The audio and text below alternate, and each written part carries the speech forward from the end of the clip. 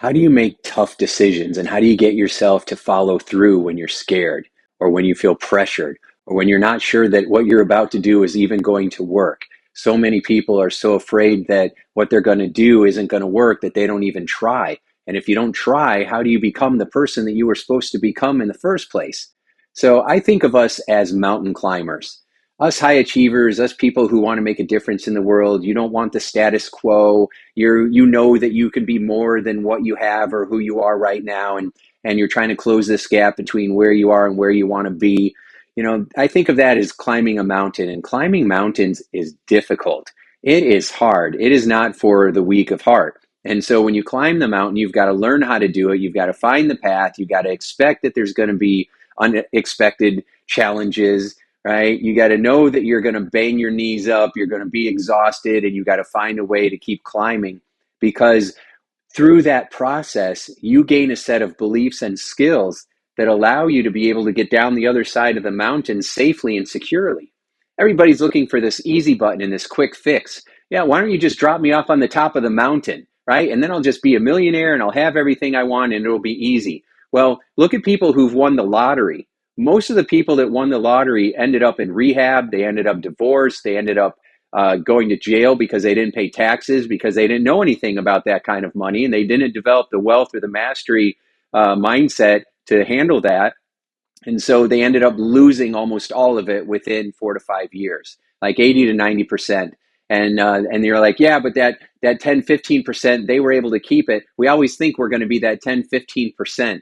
But those are the people who had advisors. Those are the ones that didn't care about the money in the first place. Those are the ones who were really philanthropic, right? And had a different mindset about money in the first place. So the people that want to be on the have the helicopter drop you off at the top of the mountain, so that, hey, I've arrived at the top. Yeah, but you didn't develop the skills and the beliefs and the confidence by going up the mountain. So you probably fall to your death going down, which is why a lot of people that have a quick win, and all of a sudden they get rich really fast, they tend to lose it all, or they never have another one because they just got lucky. The right place, right time, got lucky, and it wasn't sustainable. So we want to be the people that are excited about climbing the mountain. So I'll tell you a quick story. I have so many stories about clients who've done this. I'll tell you a personal one about me. So a few years ago when the pandemic hit, before that, I spent a couple of years not focusing on growing my practice or my school. I focused on growing my speaking business because I enjoyed speaking from stages. And it was fun getting paid to travel around. And so I worked really hard on filling my whole calendar for the next couple of years with speaking engagements. And then I was ready to go. It was January, February. I'm ready to take off and hit the road. And then in March, the pandemic hit. And then everybody froze. And you know what happened. You lived through it too. And then all of a sudden, those speaking engagements disappeared. In fact, my biggest consulting client, was a hospital. And so that disappeared overnight as well, because they pulled all their resources in to deal with this COVID-19 thing. And so I lost like 90% of my business. I had a few clients that I was taking care of regularly, yet I lost 90% of my income overnight. And at first, I thought this could be maybe a blessing in disguise, because I trained myself with a set of beliefs. It doesn't matter what shows up. What matters is how I show up. It doesn't matter what situation comes to me. I'm going to focus on what I'm going to bring to the situation, because I always played not to lose because of my anxiety and my deep fear of not being enough and being hurt and being unsafe. I was always afraid of not getting hurt again. So I worked for decades on changing those beliefs and learning how to love myself and feel safe, so that now I'm excited about any challenge or opportunity has a blessing inside of it. It has an opportunity in there. I just got to find it. It's my job to find it. And because I'm always looking for it, I always find it, right? Plus, I have built a strong relationship with God. And so I believe that I pray for his help and resiliency and wisdom to be able to have him help me with this as well, so I can rely on his strength when I know that mine is not enough. That combination is incredibly powerful. So anyway, I lost 90% of my business. So I'm like, what am I going to do? And at first, I just took a little bit of a break, because I'm like, you know what? I'm going to get these government loans, the EIDL loans, and the payroll loans, and I'm just going to breathe for a little bit, because I was on a crazy train, always trying to go so fast to make more money and grow my business. And this was the first chance I could get off that crazy train and just relax, spend time with my family, just be in the moment. But then I realized I got to pay these bills, right? I've got a lot of bills coming up. I got to pay for an office that nobody's coming into. I've got to, pay for all this stuff that's happening, and I don't have any money coming in. And all my friends were in the same boat. And people weren't coming into my private practice. What do I do? So here's what I did. I started looking at, all right, I got to make some tough decisions. What's possible? And the first thing I do is I think about what is a problem that people need help with. And everybody was dealing with anxiety and this feeling of fear of not knowing what was going to happen in the future. And of course, my expertise is helping people with anxiety and limiting beliefs. So I'm like, I'm going to finish that book that I've been working on for so long. And then I'm like, who could I partner with? Because my second belief is, who can help me with this? So I'm not always doing it by myself. If you're always by yourself, it sucks, right? You have to keep yourself motivated. There's no collaboration. You're not seeing your own blind spots. It's so much more effective if you can team up with anybody that you believe is going to help you, whether it's a coach, someone that you pay for, someone that you collaborate with, someone that you just trade services with and barter with, whoever it may be. Even if it's a virtual assistant, so that you have someone to bounce some energy back and forth so that you're not by yourself. So I started reaching out to an old contact of mine, Joe Vitale, that I knew back in the day from going to hypnosis conferences before he was in the movie The Secret and got all famous. And so I reached out, didn't hear back. And eventually I got a text saying, hey, I'm in Russia or wherever he was. And then I'll reach back out to you. And then, hey, I'm in somewhere else. And he was all over the place, Ireland, all over the world. And eventually we connected. It took me 6 months of reaching out before I finally got Joe on the phone. We reconnected. We had a good time. And then I pitched him this idea about writing this book that I was going to call Surviving to Thriving. And he said that as long as you write the book, you can interview me and I'll give you some chapters, because Joel is about 20 years older than me and he has more wisdom than I have because of that experience. And so I wanted to collaborate.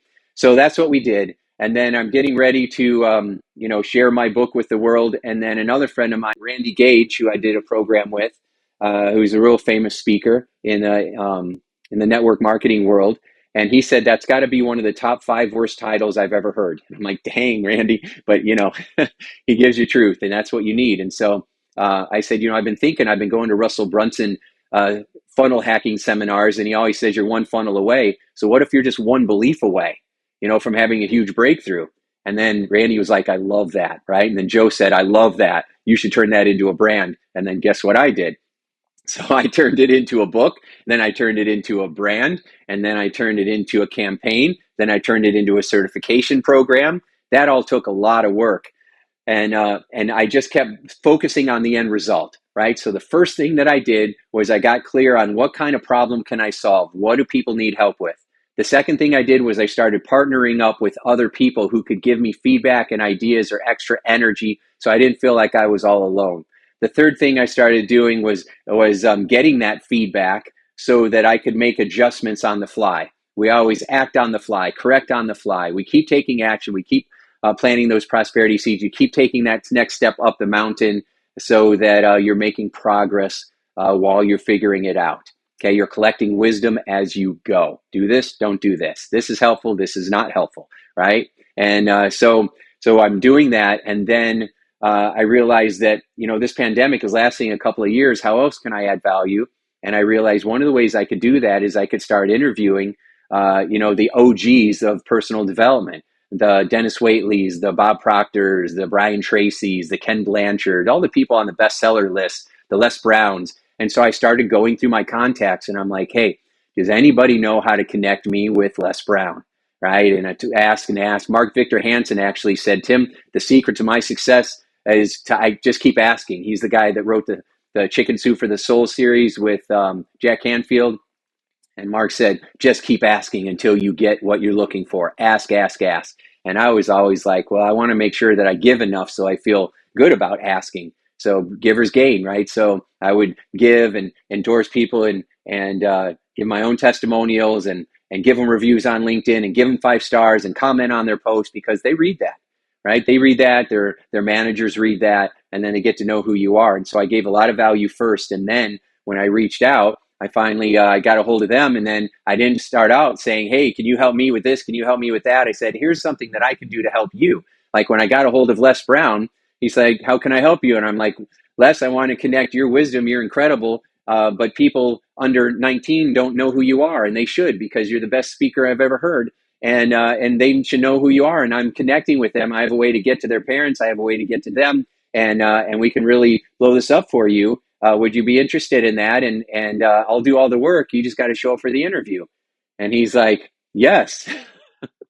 I mean, why wouldn't he, right? And then we got to know each other and became like family. It was amazing. And all of a sudden, I had Les Brown call me up at 9 o'clock at night saying, "Hello, great one." He always called me Great One. I thought for a while he just didn't know my name, but he did.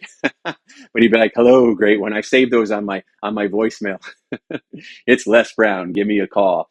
And I was like, "That's amazing." And so then I started saying, "Les, I've got these ideas. Can you connect me to maybe Brian Tracy?" And I wish he never did, but he did for me, because we had created that connection. And then I just kept going through it and having the courage. And I was scared. I was intimidated, even with the success that I had.